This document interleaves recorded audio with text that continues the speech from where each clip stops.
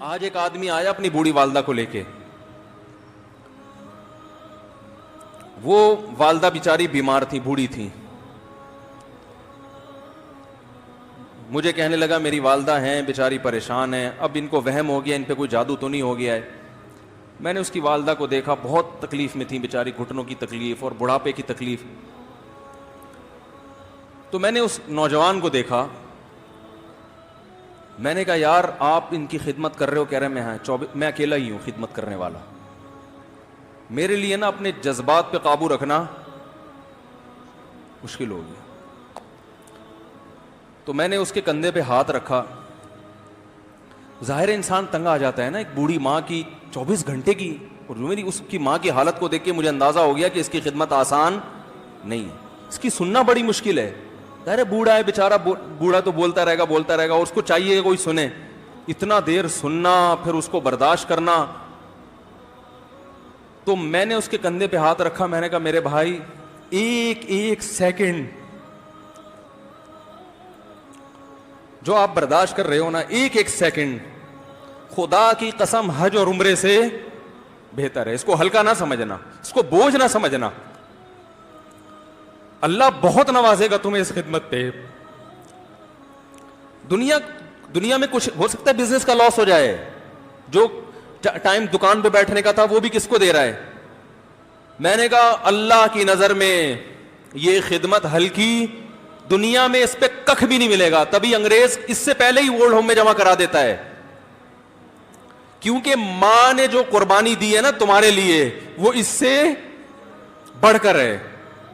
وہ بھول جاتا ہے انسان, اور اس پہ کوئی موٹیویٹ کرنے کے لیے تیار نہیں ہے. وہ فادر ڈے اور مدر ڈے مناتے ہیں بس سال میں ایک دفعہ. قرآن کو پتہ ہے کہ انسان اپنے محسنین کو سب سے پہلے بھولے گا, کیونکہ ان سے جتنا فائدہ اٹھانا تھا اٹھا لیا. اب اس سے نہ کوئی فیکٹری چلے گی, نہ معیشت مضبوط ہوگی. گورا سارا فوکس کس کو کر رہا ہے؟ کنٹری مضبوط ہو جائے, ہے بھائی, بزنس اچھا ہو جائے. اللہ کو پتہ ہے ان لوگوں نے تمہیں جنا ہے. ماں نے, قرآن کیا کہہ رہا ہے؟ حملتہ امہ کرہن ووضعتہ کرہا. اس ماں نے تمہیں تکلیف سے پیٹ میں اٹھایا اور تکلیف سے تمہیں جنا ہے. وحملہ وفصالہ 30 شہرا. اور جب دودھ پیتے بچے تھے نا 2.5 سال اپنی گود سے چپکا کے رکھا ہے اس نے. 2.5 سال, ایک سیکنڈ کے لیے الگ نہیں ہوتی تھی. اس وقت تمہاری معاشرے کو کوئی ضرورت نہیں تھی. بچے کا کوئی کردار ہوتا ہے؟ کسی کام کا نہیں ہے. پھینک کے چلی جاتی, کوئی پوچھنے والا نہیں تھا. عیدی سینٹر میں جمع کرا دیتی. کیسے پالتی ہے, کیسے سینے سے لگا کے رکھتی ہے. اور کتنا بڑا رشتہ ہے ماں کا بھائی. دنیا میں اس سے بہترین رشتہ اللہ نے کسی کا خدا کی قسم بنایا نہیں ہے. اس سے بہتر محبت کی اور خدمت کی مثال ملتی نہیں ہے دنیا میں, جتنی ماں اپنے بچے کے لیے کرتی ہے. اپنے ہی باڈی سے نکلا ہوا دودھ اسے پلاتی ہے, اپنی باڈی خرچ کرتی ہے اس کے اوپر. آپ کی باڈی بھی اس کی باڈی سے بن رہی ہے, آپ کو شیلٹر بھی دے رہی ہے, اور پھر ساری زندگی روٹیاں پکا پکا کے کھلاتی رہتی ہے.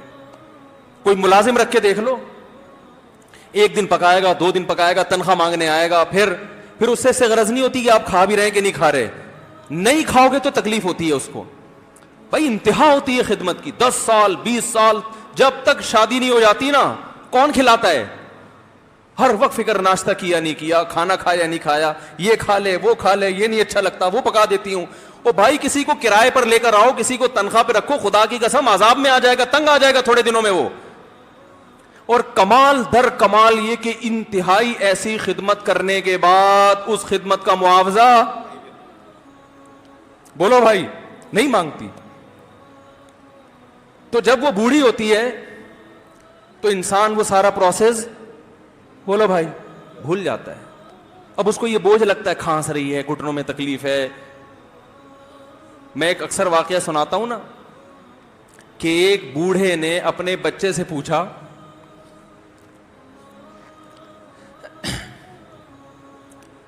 ایک بوڑھے باپ نے اپنے بچے سے پوچھا کہ بیٹا یہ دیوار پہ کیا بیٹھا ہوا ہے؟ تو